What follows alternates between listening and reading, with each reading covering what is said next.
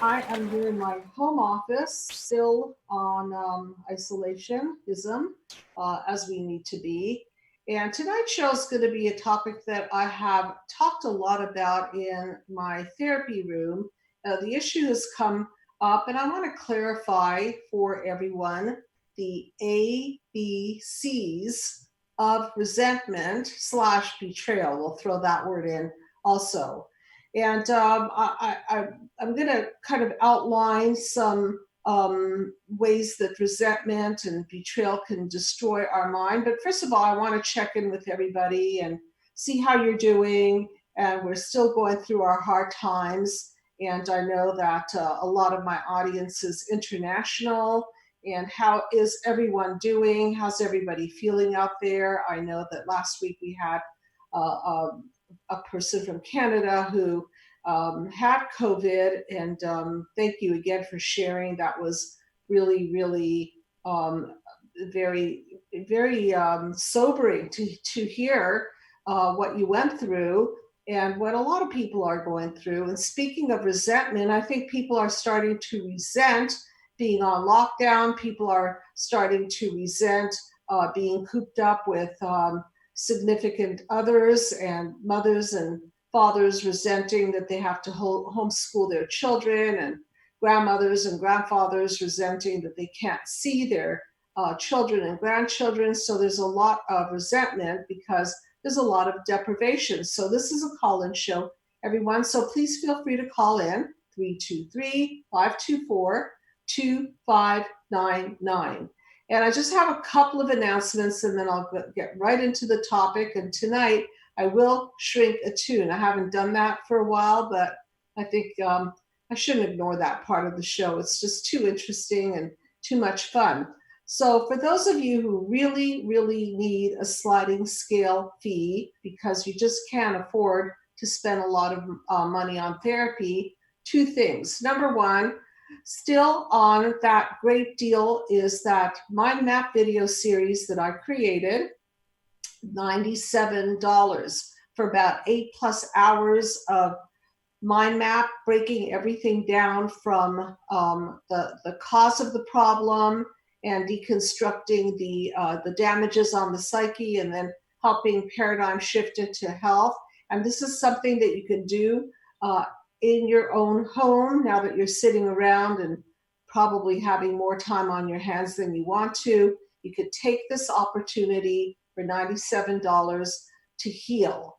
And we also have for you a life coach or therapist who will spend 45 minutes with you to orient you through this process, answer any questions. And then, of course, if you want to continue your journey, you could do that. And we also have Christiana Davidson, one of our newer additions to the team. And Christiana lives in London, England, and she is working on her master's degree. She has been through the mind map process herself and is a very gifted therapist. And she is offering the mind map coaching for on a sliding scale fee basis. So again, I want to remind people that we're not nonprofit. We do have to pay people and expenses and so on, but we'll try to make it work for you, especially if you're being compromised right now with your income. So please try to hold back your resentment from not being able to get therapy right now. And I'm doing my best. The team is doing their best to offer you services at a very, very reasonable fee.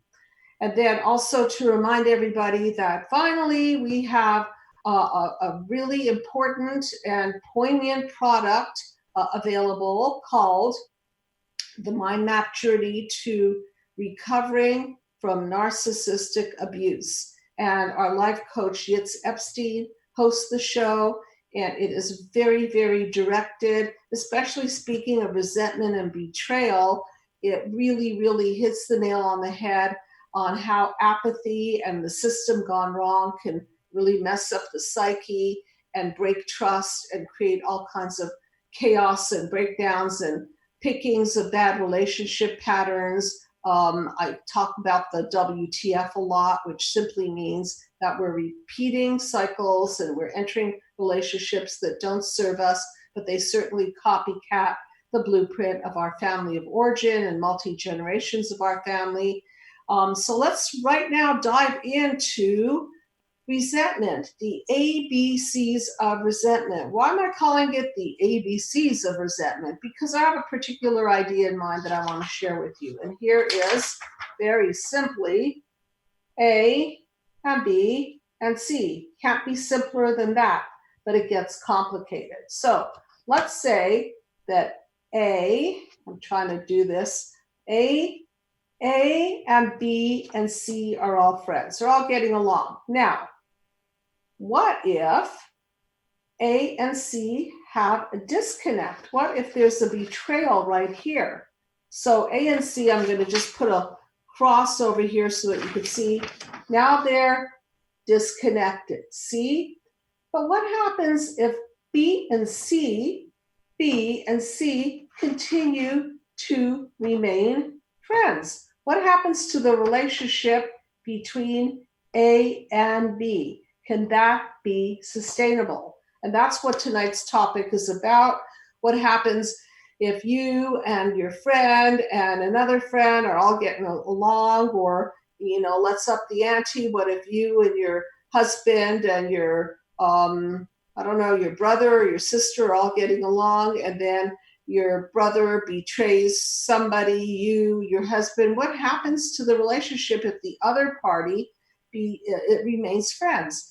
And what kind of a level of betrayal are we talking about here? Because it's not necessarily a direct betrayal in that A and C is necessarily we're not concentrating so much on the betrayal of the A and C. We're talking about, can A and B still sustain a relationship? I want to hear your thoughts on that. I also want to know how you guys are doing all across the world. Down under in Australia, we have patients there, and of course all over Europe, and we have patients all over the United States and Canada and the Middle East as well as in the Asian countries. And the reason that I want to mention the cross-cultural aspect is that the mind map speaks to various cultures, which is why it's so effective. So one of the aspects of the mind map is it's culturally sensitive, and we do have to take into consideration culture, which maybe I'll bring in a few examples of betrayal right in the cultural arena, since we have such an international audience. So I want to read from you an article, and please, mostly I want to hear from you, because I love talking to everybody. It's so wonderful when you call in and I have a live case to focus on, so that we can go through it and we can mind map it. And let's just briefly go back to the mind map so that I can refresh your mind and help you understand that this is a from, through, to system. From the encodings of the past, through dismantling the effects on your psyche, to paradigm shifting out, and then healing and balancing and creating a sense of unity.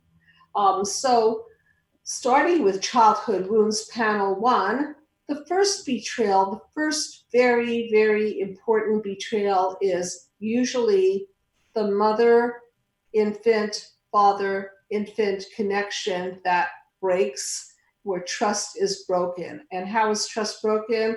If you've been listening to my shows, you understand that there are different types of abuse. There's obviously physical, sexual, verbal abuse. There's also controlling and smothering, manipulating. That's another way people abuse their children. And then last of all, the abandonment, which is so painful, because we as social creatures, we want to belong, and we also depend on it, because our survival depends on belonging. So that when we're betrayed, especially when we're betrayed by our family of origin, and then especially when we blueprint off of that and then enter relationships that replicate that abandonment wound or that control wound or whatever it is that went on in your family of origin. It's like double wounded.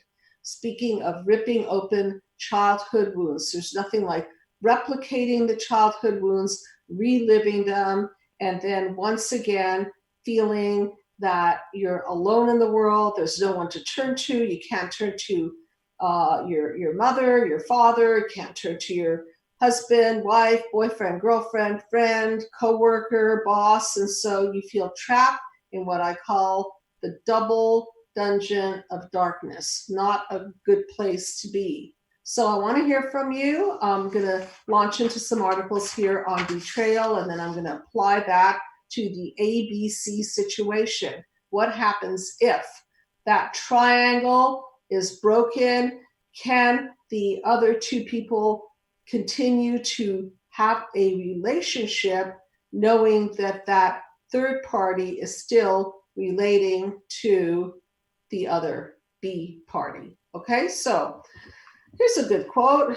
Nelson Mandela: resentment is like drinking poison and then hoping it will kill your enemies. So the nasty thing about resentment is that it's killing us. And so especially when we have no place to put it, especially if we've been betrayed by a loved one, and depending on the bond we have to the person who is the betrayer, is how painful and traumatic that event is going to be. So this is an article called Resentment: How It Destroys Your Mind and Body and How to Fix It. So it talks about time and time again we're hurt by others and we become plagued with resentment. So this is a human thing. We're bound to feel these feelings. We may internalize our pain and mask it toward the other party. Sometimes we just hold it in, and the person may not even be somebody that we're going to discuss it with and have what I created a peaceful healing dialogue, which would be the best thing to do if somebody breaks your trust and puts you in a situation of resenting.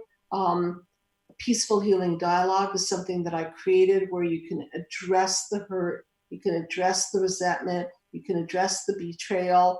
And if that person isn't willing to own their own stuff and really self-reflect and repair on it, then you may not be able to continue that relationship. Okay, so what happens? Subconsciously, we can start building this resentment up, and we might even have feelings like we wish that person pain, we wish that person hurt. This does absolutely nothing for us other than build up resentment and change our entire biochemistry, which I'll get into a little bit later. So, like Nelson Mandela explains, it's like drinking poison and hoping it will kill your enemies. So we're going to get into how we can process resentment, because unfortunately we can't usually process the resentment toward the person that did us harm. Because if they had a conscience and if they were able to have empathy, which is a big deal that I bring up, and empathy is a really important quality to have as a human being, because if you don't have empathy, then you can go around hurting people and you don't feel the pain. So what? And even worse is when your pain is somebody else's gain in the form of their projecting onto you and trying to release their pain onto you. Not a pretty picture, and that's why the mind map and taking the journey, and that's why the recovery from narcissistic abuse video that's now on hopefully being put up on my website as we speak and available to you. Definitely contact me or the team, and we'll tell you more about it.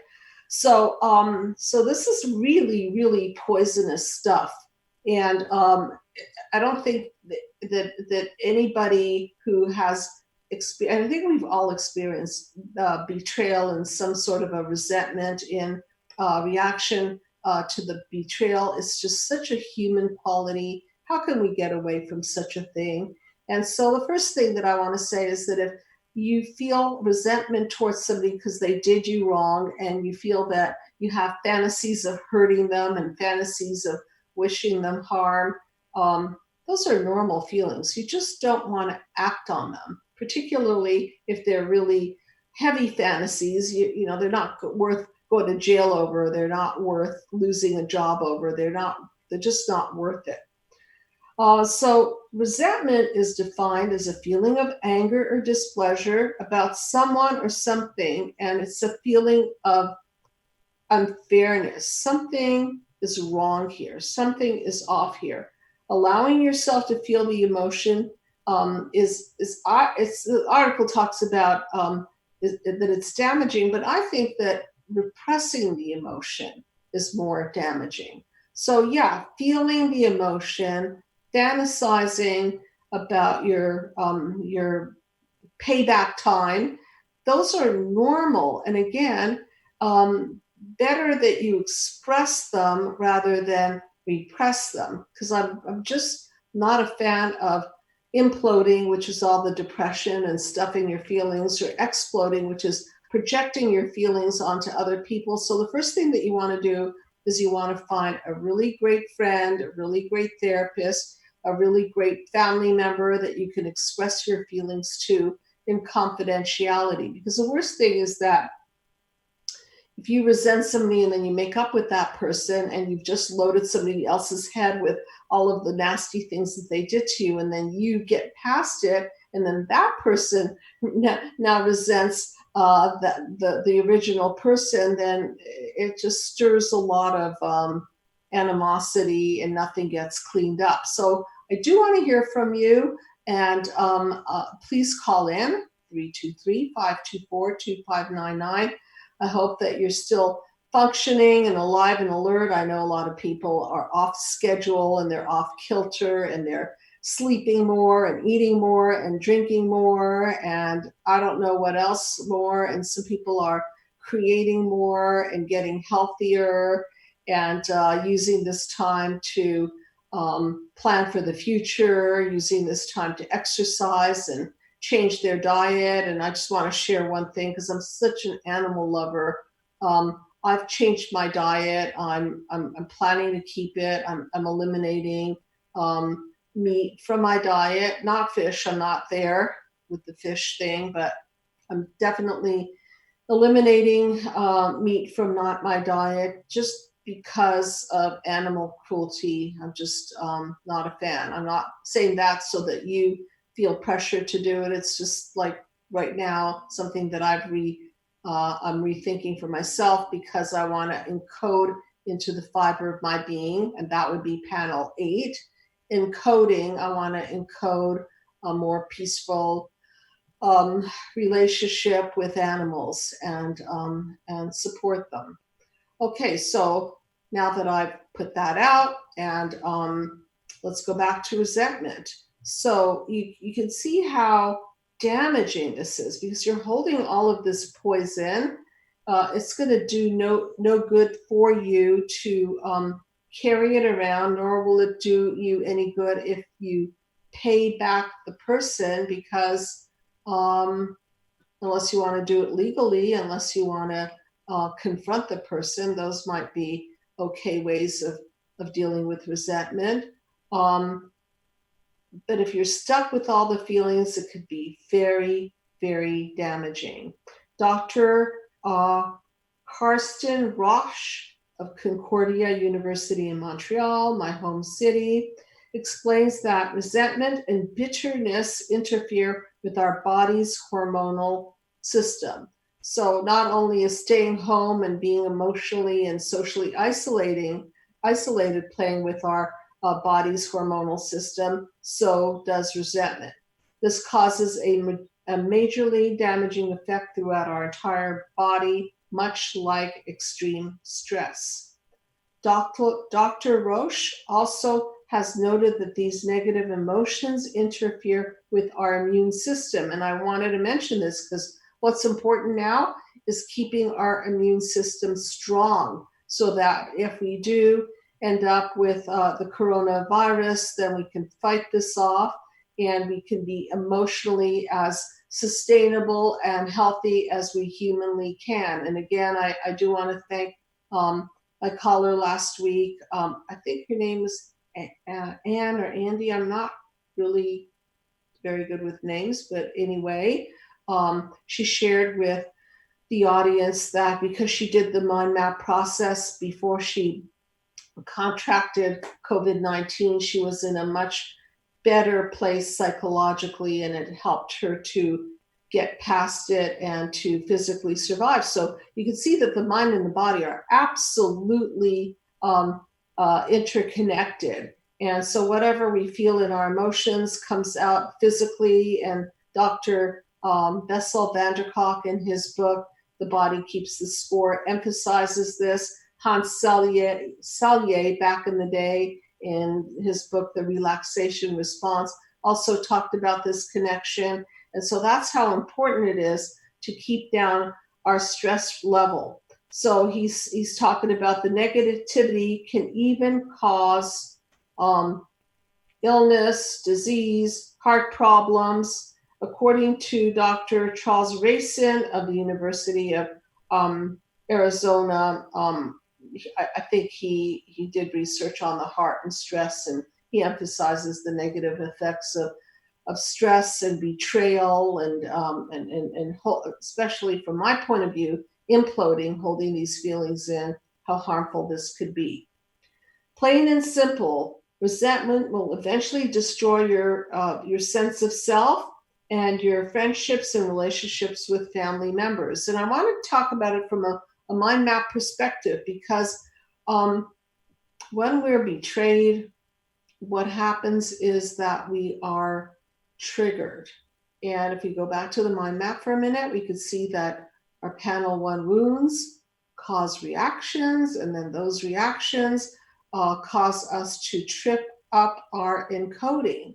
And so when somebody betrays us, and we already have been primed to believe that we're not lovable, or we're not worth it, or we're not good enough, or that the world is not a safe place, this will be that trigger point that will take us down into chaos.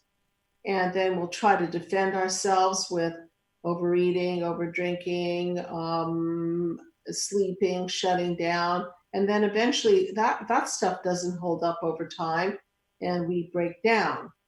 Okay, so the damage is very, very real, and dealing with these issues is really, really important. So if you don't have somebody to talk to about the resentment that's just been piling up in your psyche, coming out in the form of nightmares, affecting your shoulders, affecting your stomach, affecting and infecting your physical well-being, it's really time to look at getting for yourself what I call an enlightened witness. An enlightened witness is somebody that can sit back and be non-judgmental and hear your pain.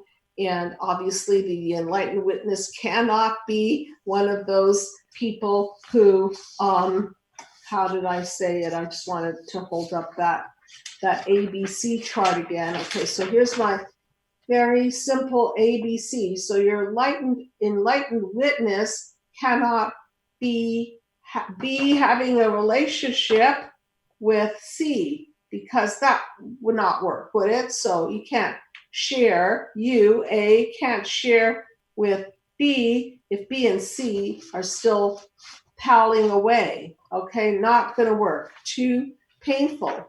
So we all have had this scenario, and we've all been to weddings, social occasions, family events, and so on and so forth, where we will run into somebody that we feel resentment toward, maybe somebody that betrayed us, didn't pay us back money, maybe cheated on our, cheated with our significant other, and the stories go on. And then there you are in this place, and other people who you really like and may not even know what's going on will be slapping that person on the back saying, hey buddy, I haven't seen you for a long time, what's up? And you're just about to die because now you're starting to build up resentment toward the people who are palling around with that person. I want to hear from you. Please call in 323-524-2599. I know I missed a couple calls last time. This time I'm going to tune in. If that little buzzer goes off, I'll definitely be there to answer any questions and process this. And remember, we're talking about the ABCs of resentment and betrayal and what happens to the person and the relationship with the other party who is still, quote, friends with the betrayer. Not a really fun, not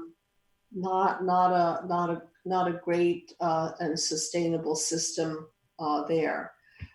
So a little bit more about the levels of resentment. So yeah, there are different levels of resentment, and one of my favorite caller inners, I'll call him a caller inner, Robert, who's been on the show several times, wrote in to talk about his recovery from betrayal of the family and how his sister used to be rewarded for hurting him. And, you know, this is just something that people don't get over. And when it's that severe, again, we're talking about level of severity. If it's that severe, then sometimes you just have to cut the people out of your life. And we've gone around and around the bend with contact and no contact. And again, this is a case-by-case situation. You have to use your own judgment on it. And then there's the low contact situation. So I always say, put yourself first, whatever works for you. Because remember, if somebody's betraying you, if somebody's putting themselves before your feelings and not considering you, why shouldn't you put your feelings first? Okay, so on to another article about, let's stick with a little bit more facts about how to help yourself. So this article talks about venting to a friend. I'm talking in a parallel way to get an enlightened witness on for you to vent to somebody that you trust, which is going to be more difficult after trust has been broken. They need to be close so they can keep the information to themselves. So you don't want to share it with a gossiper. And they need to be non-judgmental so that you don't feel like whatever you say to the person is going to bite you back. Okay, there's nothing worse than fighting with a spouse or loved one or confiding in a friend about it. And then, as I said, find that you've made up with the person, and then there's the other party that you vented to is now still in resentment. So if that happens, I want you to update the files, because things change in our psychological world. And that's the beauty of being human, is that hopefully we are malleable. Hopefully we can clean up after ourselves and have truthful dialogues with each other.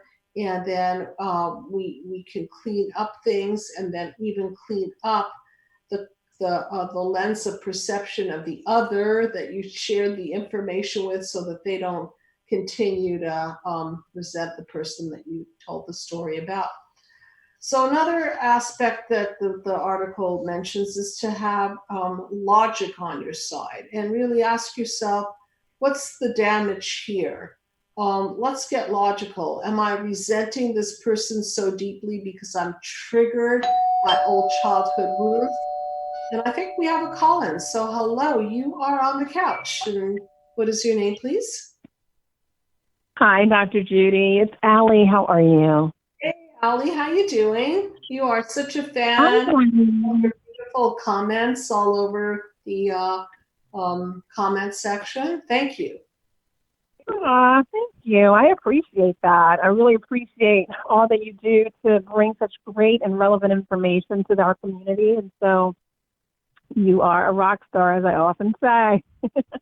Well, I'm still sitting in Yeah, the chair, and I know that this is a time when people especially need more mental health, and so I do happen to love what I do. I feel very, very lucky that I do, and this is to me such a pleasure to be of service and to to invite the audience to share. So, what's going on with you around the theme of let's see if we could keep it to the ABCs of resentment, because resentment is a common theme. But I'm bringing a new element in. Is what happens? Do you have hmm anybody in your life who's betrayed you, and then is still friends with a friend of yours? And how do you feel about that friend?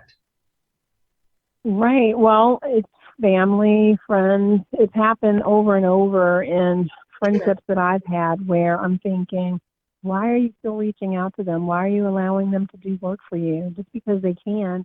Well, I don't see the big difference, or the big deal. They didn't do anything to me. I'm like, wait a minute, but they did something to me. I mean, that should be enough. Or someone who in the family has cut me off and slighted me and has behaved badly, showed up very rudely, and was very curt, disrespectful, and very patronizing towards me, a cousin, and my Okay, mom, so who I that's believe obvious to have resentment. strong. So I just What's want that? to go back to something because it's really important that people get the point. It's not about resenting the person that harmed you. Now we're talking about the people who are still friends with you. They're still friends with the person who hurt you. How do you feel about them? No, it's very challenging. I don't. It creates a dynamic. You mentioned a triangle. I was in the car, gone for some exercise, and I'm just getting in the house. And so the thing is, I didn't hear everything when I called in. And so what I could relate to is that sense of, and it's interesting because I was raised to be a good girl, a respectful woman, young girl growing up. You respect your elders and that kind of thing. However, this dynamic is turned on its head when you start to kind of unmask the situation and you start to see what's what. And so my mom is on the phone talking to one of my aunts right now, and she's someone who All right. betrayed me So in public, do you and she's get still the close with topic? her. I just want you to get the topic, that the topic is not about resenting the people that hurt you. The topic is about resenting the people that are still friends with the people who hurt you. Do you have any examples like that? Yeah, I have family who are still close. I mean, does that not count? Yeah, no, that counts. Okay, so they're Yeah. still And then right. my They're still sister, friends my with the sister people can't who hurt seem to. I would think my sister of all people would have empathy enough to feel my pain and to understand what I'm going through, and because she's the golden child, and so it's very painful. I'm thinking, can, how is it that you still hold mommy in such high esteem? I don't understand that, and it's very painful. However, it impacts my ability to have a relationship with them because I feel it's a double hurt, a double betrayal, a double right, and that's wound, exactly double impact syndrome, so to speak. right, and that's exactly what I'm getting at. Is that, and this Okay. comes into theme in families because we've got the parents and then we've got the children, and they're trying to be loyal to the parents in many cases, hmm and so the I want to talk about a concept in light of this called principles over people. We talk a lot about that in the Mm, video that we're just releasing on recovering from narcissistic abuse. Principles over nice. people. I'm giving away a little bit of that video right here in the theme. Is that sometimes we have to lay down our principles, and then if the people hmm fall on the side of our principles, then that's in integrity with us. But if they fall outside the lines of the principles, then that's not in integrity to us, and that's not Mm-hmm. sustainable. So I think instead of putting it like, well, I don't like you, Sally, because you're still friends with the person who hurt me, it's more like the principles that I uphold are that, if somebody supports someone who steals money, or if somebody supports somebody who deliberately hurt another human being in some way, then I don't know. That just Mm-hmm. doesn't align with my principles. I don't see how this relationship is going to work for me. Okay, and so Sure. can you see how that makes it a little bit cleaner and easier to manage? Definitely, definitely. Because it takes it away from aligning with personalities. It makes it about a higher, I guess, criteria, principles, values, principles, as opposed to personalities and people, as you just mentioned. And I do like that. It feels cleaner. It doesn't have the same weightiness somehow. I don't know. It just feels like, okay, well, then you're making a choice based on being aligned in your principles and your values, as opposed to just completely wanting to excise certain people just simply because they somehow it just seems different, feels Yeah, different. and I'm really hoping that people listening in tonight get the difference, because that it's more peaceful that way to say Yeah. to yourself, it's not necessarily it's not that this person, I'm playing favorites here or non-favorites here. I'm Mhm. dealing with Mhm. principles, and so therefore I'm going to align myself with truth and authenticity, which is That's what right. my panel number 7 represents. If you look at Mhm. panel number Mhm. 7, it's all about synergy, isn't it? So that one Yes, it plus is. one is greater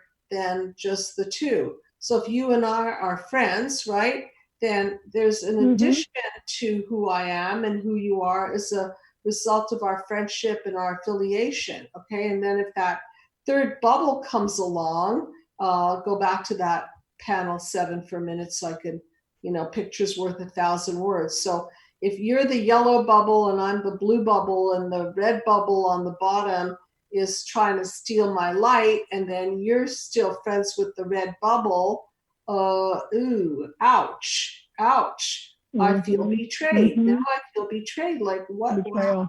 you're my friend. What are you doing? Still hanging out and having lunch with that person who hurt me so much. It's a problem. And I That's really right. want to bring it to the surface, because I don't think that this topic is talked about enough. And that's why I wanted to bring it up, so that we can get clarity on this. Right. And right?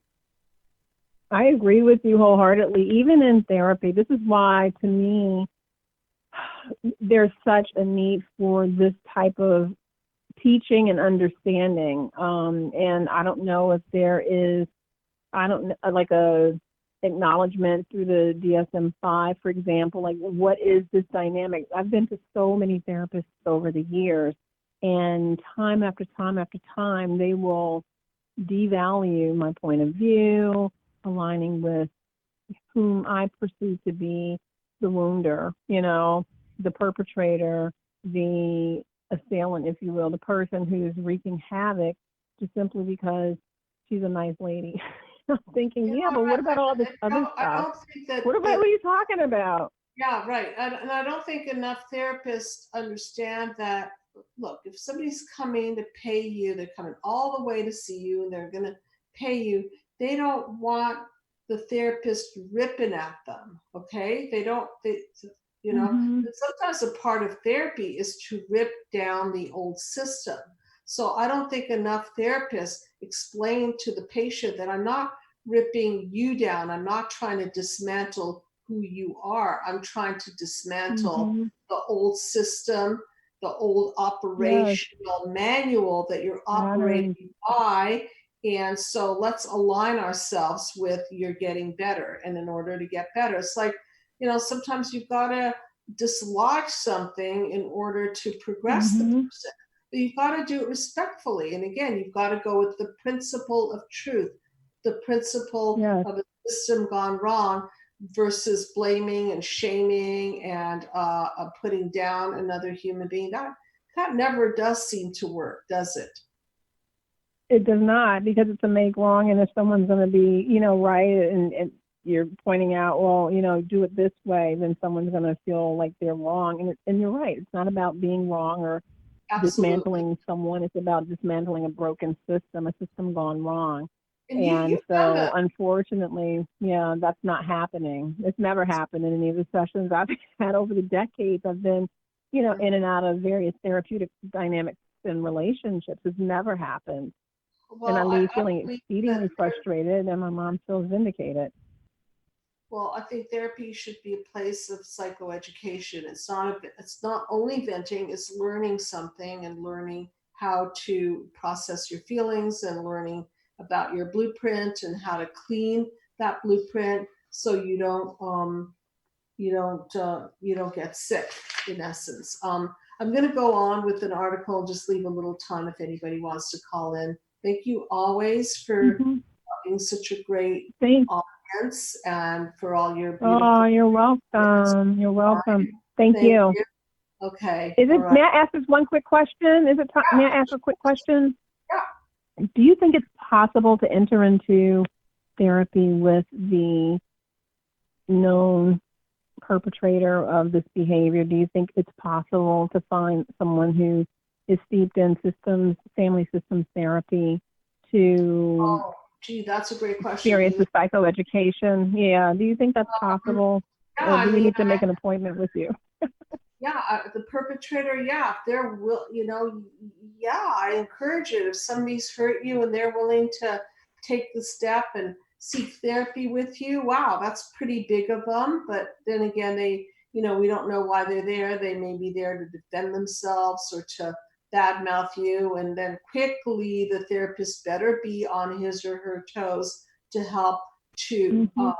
bring in the principles over people stuff and to help them understand that they are using defense mechanisms that are creating a human disconnect and to present in such a way that the people are motivated to heal and motivated to grow. So you've got to give people the incentive. They're going to get that vulnerable. You better give them incentive as Mm-hmm. to why they're going to do that. So yeah, please do check in. And for all of the people listening, if you just can't afford some of the rates here, understandable. We do have Christiana who is doing Skype in London, England. She's a wonderful counselor. She's been counseling people now for years. Of course, if you live in London, England, and happen to be there, then yeah, by all means, reach out and we'll put you in touch. So I know I'll hear from you, Ali. Thank you for calling in. I'll just go on with a little Thank bit you. more information. Okay. Awesome. I appreciate you so much. Thank you for the work that you do, and I love your passion for the work. Thank Thank you. you. My pleasure. Okay. Okay. Have a beautiful night. Take care. Bye bye. Thank you. Do the same. Okay, so this article is called The Trauma of Intimate Partner Betrayal. So now we're upping the ante, and you can see that if there's an ABC situation with the trauma, oh boy, that's not going to go over very well at all. So, the trauma of intimate partner betrayal, something that we at the Psychological Healing Center deal a lot with. And this is one of those narcissistic abuse repeat patterns that people get involved in. Why do they pick people who do a what the Freud with them and hurt them and betray them? Well, we've got to look at the blueprint. And so if you're in such a pattern, you can get out of the pattern. We just have to dismantle the old system gone wrong, and we've got to hone right in to the consciousness of apathy, lack of empathy, which is the conscious causal element behind these narcissistic wounds.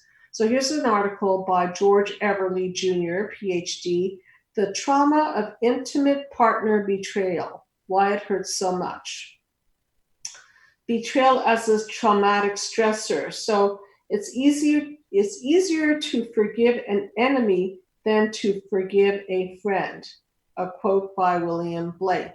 Of course it is, because if you're already friends with a person, then you've already built up a bond, you built up a relationship, you built up some level of trust, and then you've got all kinds of memories with that person. You feel that theoretically you should be at ease with the person. So if that person betrays you, well, it's a lot different than if a stranger betrays you.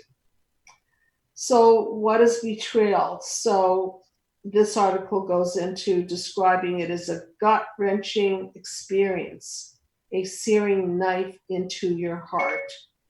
And I think we have a caller. Yeah, is that a caller? No, it is not. Was that a caller? No, it sounded like someone's phone was going off. Oh, okay. All right.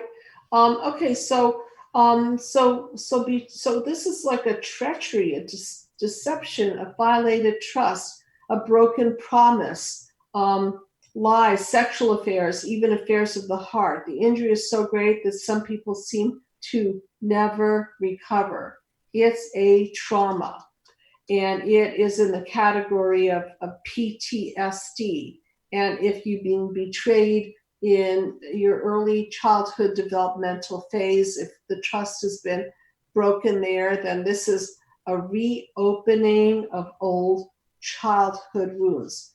When relationships become psychologically intimate and we put our trust into others, we are vulnerable. And this vulnerability can be so beautiful.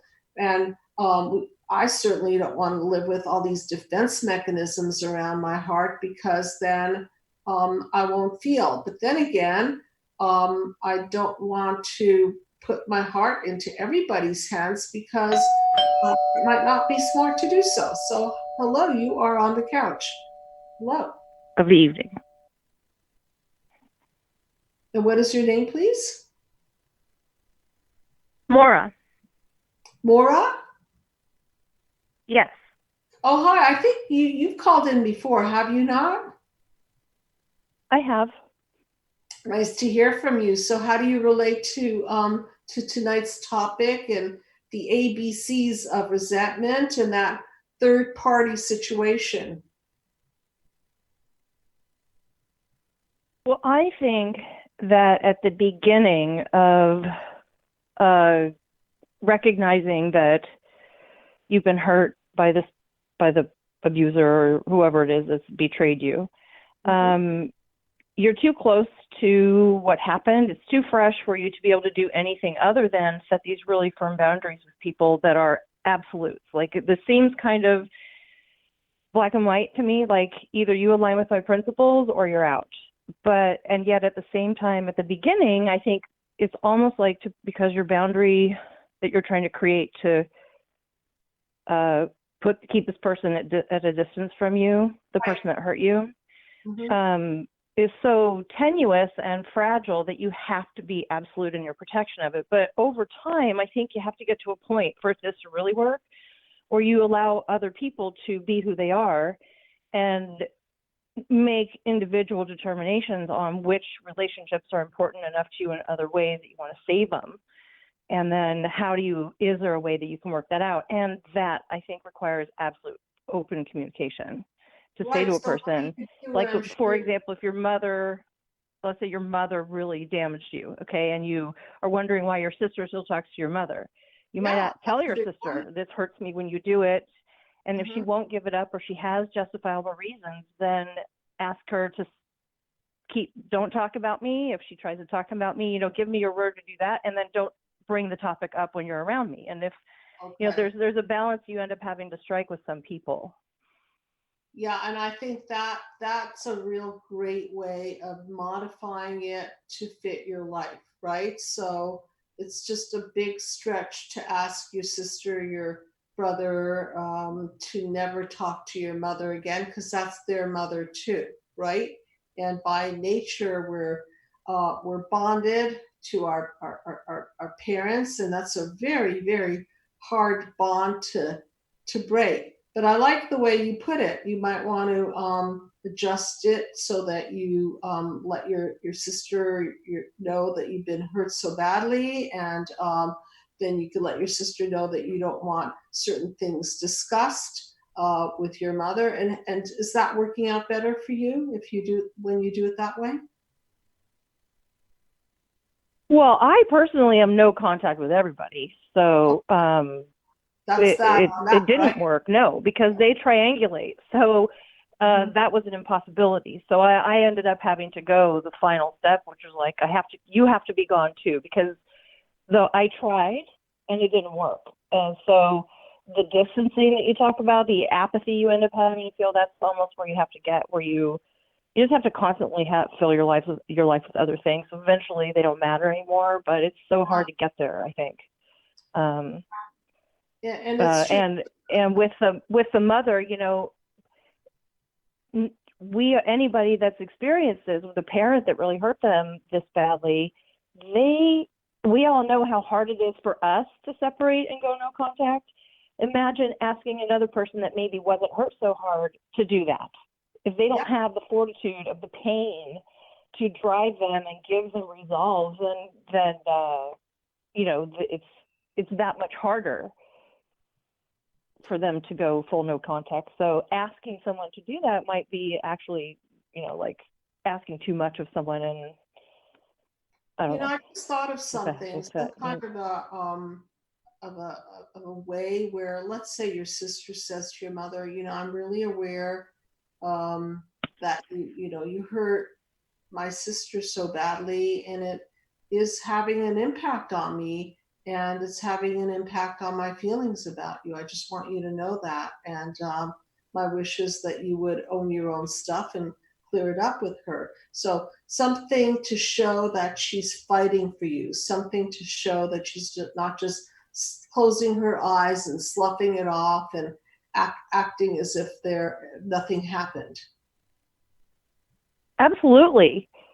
The person that if you want to have a relationship with this third person that's in between you and the person that hurt you so much, that goes to your principles, right? Because you want to have a relationship. What you're saying then is you're going to start defining who you are and what you want, and some certain things are okay and certain things aren't. That's great. So I think sorry, I lost my train of thought there. I was saying there's no better feeling than having somebody really stand up and be a stand for you and say to the party, how dare you hurt my sister? How dare you hurt my best friend? How, of course you've got to verify everything. You can't just do it lightheartedly. You got to really know your facts and see for yourself. But then for that other person, it's that enlightened witness, how important an enlightened witness is for mental health. Because exactly. Right? Because as I say, we're not crazy. We've been made crazy. And when people do what I call acts of omission and they just shut up and close their eyes, they are part of the crime problem. Right? They're part of the disconnect. And so there's nothing more beautiful than that enlightened witness who stands next to you and says, I heard that. I saw that. That was disgusting. That was so harmful to you. I will support you in your decision to get away from that person. And that's what's so healing. So when I talk about healing from human disconnect, all you really need is one enlightened witness to stand by you and say, you're in an ABC situation. Well, you know what? I'm B, you're A, and C is being out of line. And sometimes that's how we can grow as a community, is to challenge C instead of befriending C, right? Challenge C, say, this is not cool what you did to my friend. And until you clean this up, until you bump up to a higher level and bump up in your principles, I'm not really that interested in being friends with you, because guess what? You may be next, right? So right, and that's basically what you're talking about, is accountability. And that's something that's missing in general in our culture, I think. Yeah. And so having it within interpersonal relationships it's kind of a novel concept, and it's hard to ask for it from someone else because you're risking that they might just say, forget it and walk away. But I guess they may walk away anyway. So it's worth a shot. You And have if you're to willing walk, to, you have to ask them to be accountable to you and say, yes, I want to have a relationship with you and I want you to be able to trust me, person A. So when I interact with person B, I don't know if I'm talking about the same people as you in this case, but when I interact with person B, being mom, sister is A, mom is B. When I interact with B, I won't do things that will cause you to not trust me, to be able to for us to have mistrust between us. So I'm going to do the things that you've asked me to do, which are don't talk about me. right. Well, don't talk about me. And if mom tries to talk about me, you say the rules are we don't talk about her. Let's move on. And that's There we go.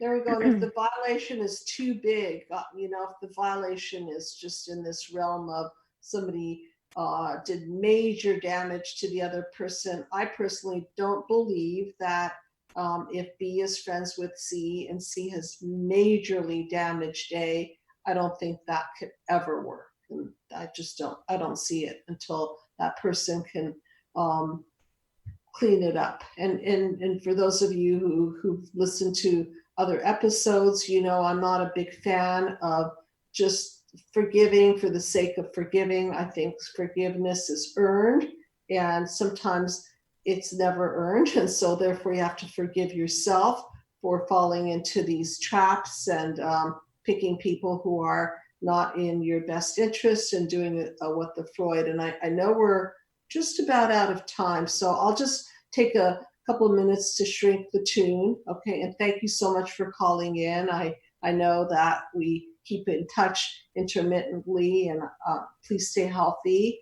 And I'll just segue into my shrink that tune. And thank you so much again for calling Thanks. in. Good night. Good night. Okay, so the tune tonight is Everybody's Fool by Evanescence. Okay, so here it is. Look, here she comes now. Bow down and stare in wonder. Oh, how we love you. No flaws when you're pretending. But now I know well, I guess this person is an idealized person here. Never was and never will be. You don't know how you betrayed me, and somehow you got everybody fooled. So that's part of the betrayal, is that they fool people. It's the mask, right? And so you fall for the charm, you fall for all of the surface stuff, but then there's a fall and everybody's fooled. If without the mask, where will you hide? Can't find yourself, lost in your lie. I know the truth now, I know who you are, and I don't love you anymore. Well, again, it's back to the principles thing. If somebody's acting unprincipled, then that doesn't really generate a lot of trust, and it's impossible to truly love unless it's an addictive kind of a what the Freud love repeated pattern from the past. It never was and never will be. You don't know how you betrayed me, and somehow you've got everyone fooled. It never was and never will be. You're not real and you can't save me, and somehow now you're everybody's fool. So yeah, everyone's fool when you've been exposed. So I want to remind everyone to please respect the lockdown and wear your face coverings and protect other people. And I know that we're beginning to get looser and parks are opening, and I think that's great in terms of our mental health. Let's keep mentally healthy, and at the same time, let's not compromise our physical well-being. So thinking of everyone, sending lots of love around the world. Stay safe, stay healthy, and happy Mother's Day. And for people who have suffered from abuse from their narcissistic mothers, which we get a lot of calls about. I did a show, I think last year, called Happy Narcissistic Mother's Day. So you might want to look that up on my YouTube. So thank you, everyone. And for the call-ins, good night. Thank you.